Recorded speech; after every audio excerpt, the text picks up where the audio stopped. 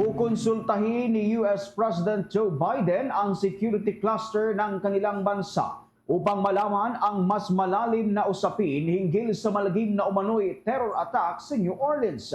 Hindi mababa sa 10 katao nga ang tuluyang nasawi habang 35 individual ang naitalang sugatan nitong Miyerkules ng umaga sa French Quarter ng New Orleans. Ang salarin ay isang 42 anyos na taga-Texas na nakilalang sa pangalan na si Shamsuddin Habara. Sinasabing sinadyang bumangga sa isang pickup truck sa mga nagsasaya lamang sa New Year event dyan ho sa Bourbon Street.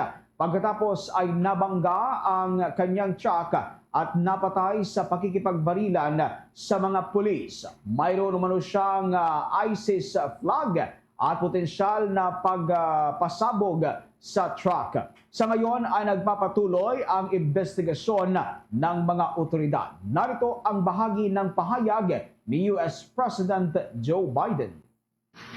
You've all got my statement. I'll have more to say in the next hour or so following what's going on in New Orleans. I'll be happy to do that. Do you understand the reaction across the border?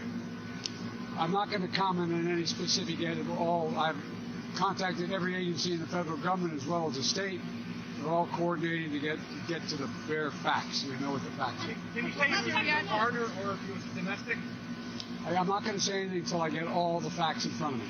Again, I'm not going to comment until I speak to the group later. I've spoken to every member of the agency, from the CIA to our national security team, to our FBI, NSC, and we're gathering all the, and I spent a lot of time with the government, with the mayor. What was your reaction when you heard what happened?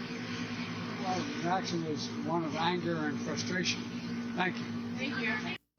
Mga kabombot Mr. Nation, yan ang naging bahagi ng pahayag ni US President Joe Biden at tiniyak nga ng mga otoridad sa Estados Unidos na kanilang masusing iimbestigahan ang naturang insidente.